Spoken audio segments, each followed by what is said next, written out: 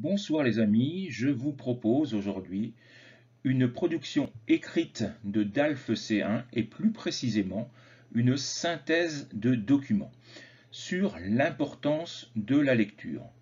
Je vais donc vous préciser toute la méthodologie, les différentes étapes pour réaliser cette synthèse et je vous proposerai une synthèse totalement développée. Vous vous êtes inscrit à ma chaîne YouTube comme souscripteur et je vous en remercie énormément. Donc toutes les semaines, grâce à cette souscription, vous aurez accès minimum à 2 vidéos. Des essais argumentés de DELF ou de DALF, des synthèses de niveau DALF C1 comme celle-ci, des productions orales de DELF ou de DALF, mais également des fiches argumentatives totalement développées. Vous recevrez systématiquement un post vous indiquant qu'une nouvelle vidéo a été mise en ligne. Donc encore une fois, merci beaucoup pour la confiance que vous m'avez accordée. Évidemment, si vous souhaitez vous présenter pour le DALF C1, j'imagine que vous connaissez les caractéristiques principales de l'épreuve de production écrite. Vous avez 2 épreuves en une, puisque avec les mêmes documents d'origine, vous devez réaliser une synthèse de ces documents et dans un deuxième temps faire un essai argumenté en 250 mots. Donc vous aurez 2h30 pour faire les 2 épreuves, c'est-à-dire la synthèse et l'essai. Et vous pourrez gérer votre temps comme vous le souhaitez. Si vous voulez mettre par exemple 1h30 pour faire la synthèse et 1 heure pour faire l'essai, c'est votre droit. Vous pouvez gérer votre temps tel que vous le souhaitez. Vous aurez généralement 2 voire 3 textes proposés et vous devrez donc en faire une synthèse. Le barème est de 13 points pour la synthèse et 12 points pour l'essai argumenté. Pour la synthèse, vous aurez environ 50% des points, donc 6,5 points sur 13, qui seront acquis grâce au respect de la méthodologie. Le reste des points sera réservé au niveau de langue, donc la grammaire, la conjugaison, la syntaxe, la richesse lexicale, etc. Vous avez donc 25 points pour la production écrite, 13 points pour la synthèse, 12 points pour l'essai argumenté. Si vous obtenez une note de 5 ou inférieure à 5 sur 25, c'est éliminatoire, donc vous ne pourrez pas avoir le DALF C1, même si vous avez la moyenne dans les autres matières. Je vous rappelle brièvement quelle est la méthodologie de la synthèse que vous devez absolument maîtriser et absolument respecter le jour de l'examen. Voyons donc ces règles principales. Je précise que vous avez d'autres vidéos sur ma chaîne YouTube, des vidéos qui vont vous expliquer beaucoup plus précisément et de manière beaucoup plus détaillée la méthodologie de cette synthèse. Ici, je ne fais que la rappeler. Les règles principales à respecter sont d'abord le nombre de mots. Vous devez faire une synthèse en 220 mots avec une marge d'erreur de 10%. C'est-à-dire que vous pouvez descendre à 200 et monter à 240. Le titre est obligatoire, toujours sous une forme nominalisée ou éventuellement une forme interrogative. Toutes les idées essentielles des textes doivent être présentes dans la synthèse. Et une même idée ne doit apparaître qu'une seule fois. Donc si vous avez la même idée qui apparaît dans le texte 1 et dans le texte 2, dans votre synthèse, elle ne devra apparaître qu'une seule fois. Toutes les idées et toutes les opinions qui sont exprimées dans les textes doivent être respectées. Vous ne devez donc pas dire le contraire ou remettre en cause une idée qui a été exprimée dans les textes d'origine. Vous devrez obligatoirement réorganiser les idées, les structurer. Et vous ne devez pas paraphraser les textes, c'est-à-dire réécrire mot pour mot certaines phrases du texte d'origine. Vous devez toujours utiliser vos propres mots. Voyons maintenant quelques erreurs fréquemment commises dans les copies que je corrige. Vous ne devez pas faire d'introduction, vous ne devez pas proposer de problématique ni de plan. Vous ne devez jamais faire référence au texte de manière directe, en disant « dans le texte 1, ils disent que ». Non, vous ne devez jamais faire ça. Vous ne devez jamais ajouter des arguments ou des idées qui ne sont pas présents dans les textes. Et enfin, vous ne devez jamais donner votre avis personnel ou votre point de vue sur le sujet. Cela signifie que vous ne devez jamais utiliser les pronoms sujets je, tu, nous et vous. Voyons maintenant quelles sont les différentes étapes de votre travail. Vous devez tout d'abord lire plusieurs fois de manière attentive les textes qui vous sont proposés. J'ai écrit au moins 2 lectures, je vous conseille même d'en faire 3 ou 4, notamment pendant votre entraînement, pour bien apprendre à repérer les idées essentielles et les mots-clés. Ces idées, vous pouvez les repérer grâce notamment à des stabilos de couleurs différentes qui vont vous permettre dès le départ de rechercher les idées par thème, c'est-à-dire les avantages, les inconvénients, les problèmes, les conséquences, les solutions, les causes. Vous devrez, une fois que vous avez repéré toutes ces idées essentielles, les réorganiser. Si vous l'avez déjà fait sous forme de couleurs, ce sera très facile. Donc les réorganiser pour les regrouper en plusieurs parties. Et donc chaque partie principale, généralement il y en a 3 ou 4, représentera un paragraphe de votre synthèse. Et ces différenciations, donc ces divisions en paragraphes, permettront au lecteur de comprendre votre plan, grâce notamment et surtout au connecteur logique que vous utiliserez. N'oubliez pas également de donner un titre à votre synthèse. Et enfin, dernier conseil extrêmement important, relisez attentivement votre copie, votre texte, pour corriger les erreurs d'inattention que nous faisons tous, moi le premier, des fautes de grammaire, de conjugaison ou de syntaxe sur des règles que vous connaissez parfaitement, mais dans la précipitation, à cause du stress également dû à l'examen, vous faites des erreurs qu'une simple relecture vous permettra de corriger très facilement. Donc, n'oubliez pas sur les 2h30 de vous accorder toujours 10 ou 15 minutes pour prendre le temps de relire de manière beaucoup plus posée les textes et corriger les erreurs d'inattention. Voyons maintenant le sujet que nous allons travailler aujourd'hui. Vous trouverez les textes de référence téléchargeables au format PDF dans la description de la vidéo. Ils seront disponibles dans le groupe Facebook que je gère. Donc ces textes sont disponibles pour tout le monde de manière gratuite, mais évidemment, seules les personnes qui souscrivent à la chaîne auront accès à cette correction.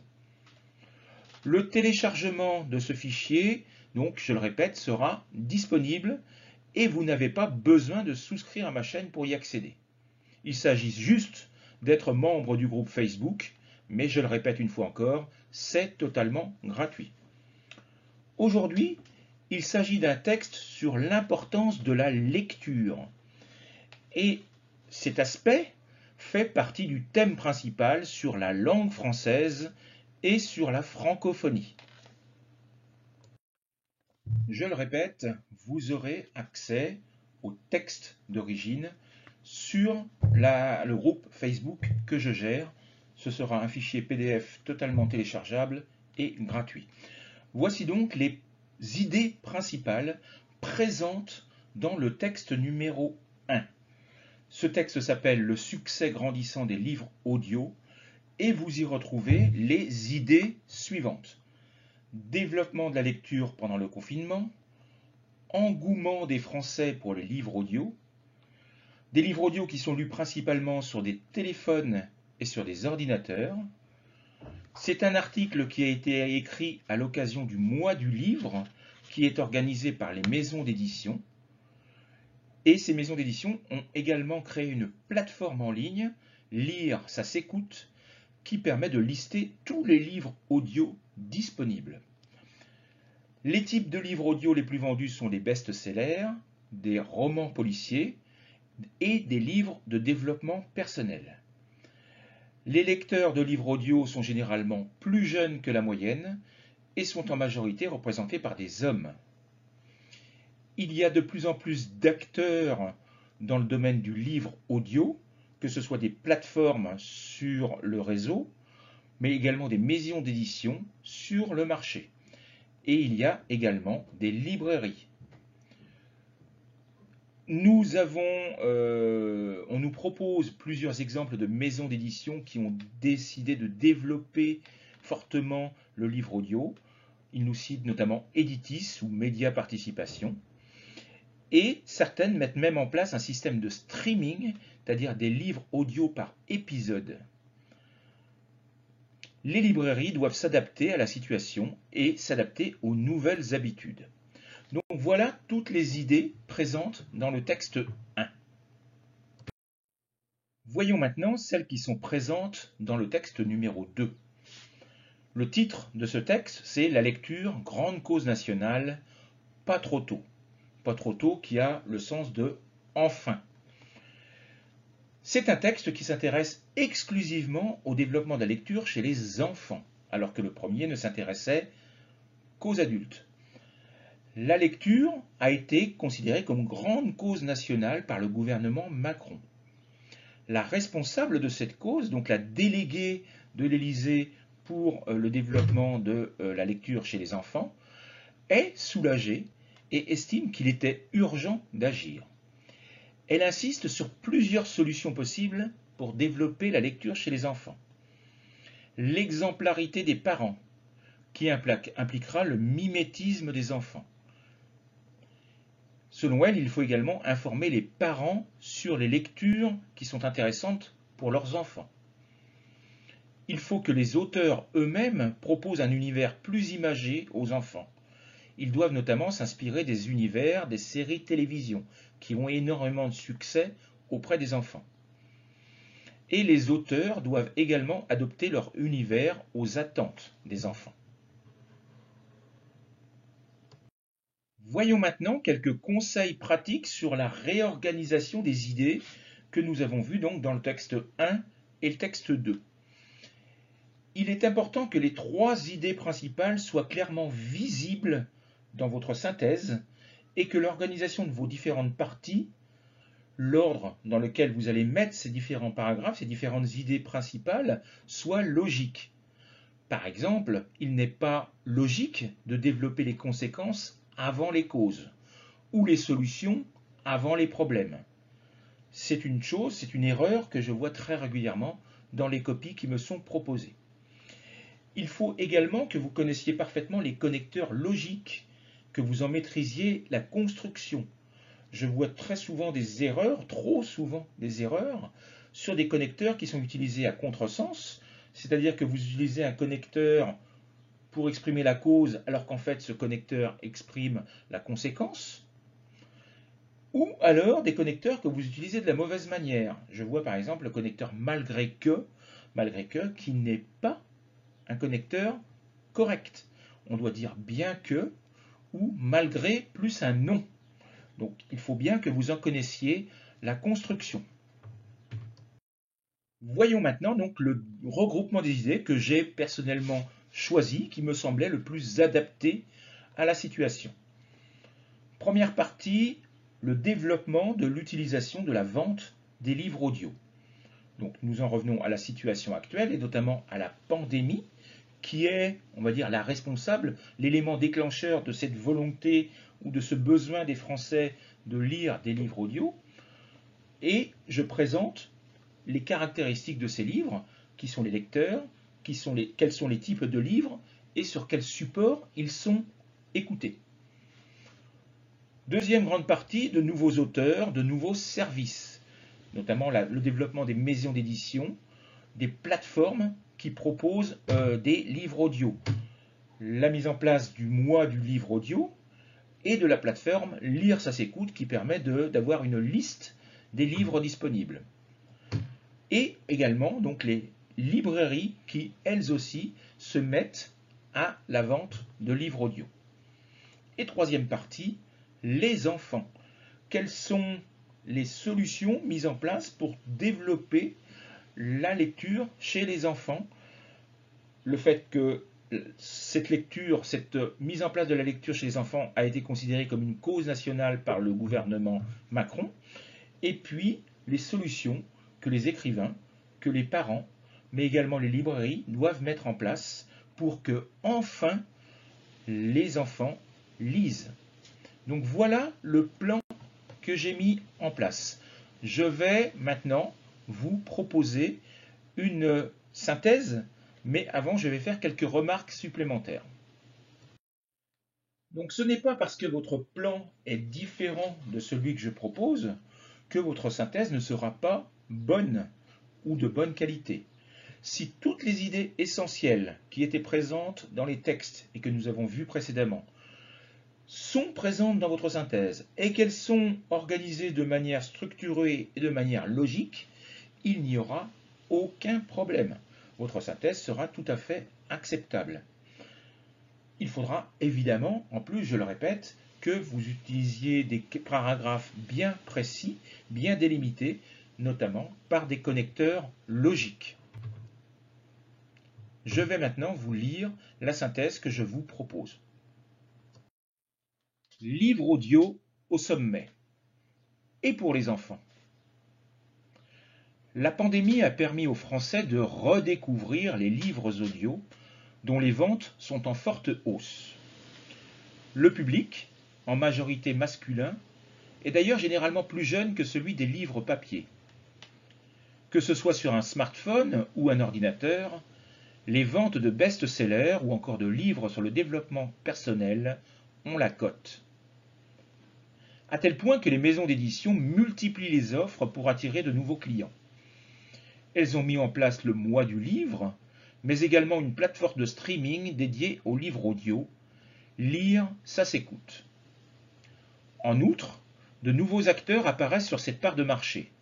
Des maisons d'édition comme Editis ou des librairies qui, elles aussi, s'adaptent aux nouvelles exigences des lecteurs. Toutefois, malgré cet engouement des adultes pour les livres audio, la situation reste préoccupante chez les plus jeunes. C'est pourquoi l'État a déclaré que la lecture devrait être une cause nationale. La déléguée de l'Élysée, elle-même auteure, rappelle que les livres devraient s'adapter aux exigences des enfants et s'inspirer des caractéristiques des séries dont ils sont férus. Elle rappelle également le rôle des parents qui devraient s'informer sur les livres utiles à leurs enfants et surtout les encourager à lire en étant eux-mêmes exemplaires, le mimétisme étant fréquent chez l'enfant. Elle ajoute surtout qu'il était urgent que la lecture soit encouragée. Donc vous le voyez, cette synthèse fait 237 mots. Je suis donc dans les clous, comme on dit vulgairement en français, c'est-à-dire je respecte la règle qui m'a été imposée. Je vous remercie de votre soutien et je vous dis à très bientôt pour de prochaines vidéos réservées uniquement aux souscripteurs. Au revoir.